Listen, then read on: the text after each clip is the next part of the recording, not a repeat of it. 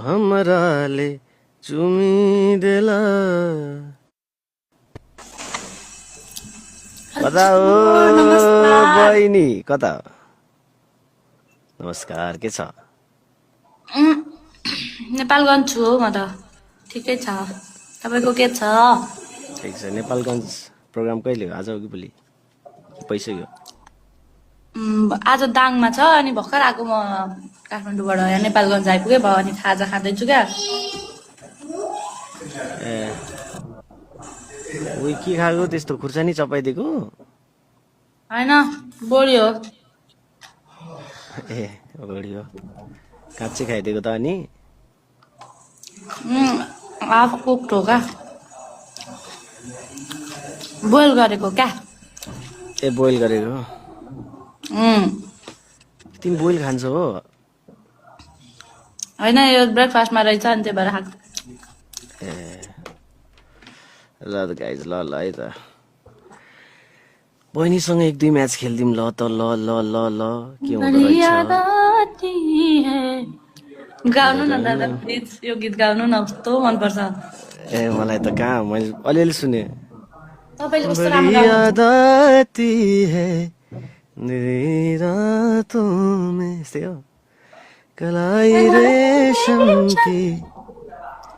नरमी हाथों में अभी है हाथों में शायरी जैसी वो लब पे रहती है मोहब्बत जैसी वो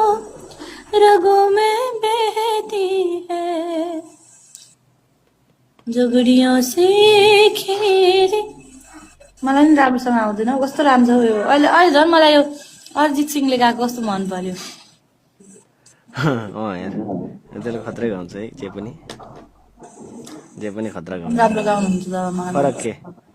सोलफुल हुन्छ के फरक हुने अरे गाइस हम तो नेपालगञ्ज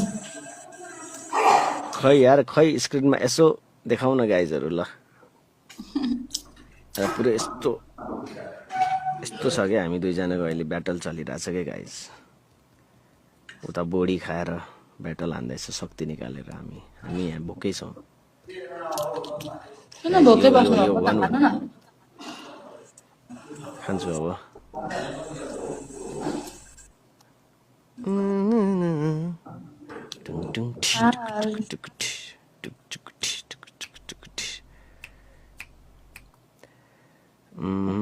अनि काठमाडौँ कहिले हो त आउने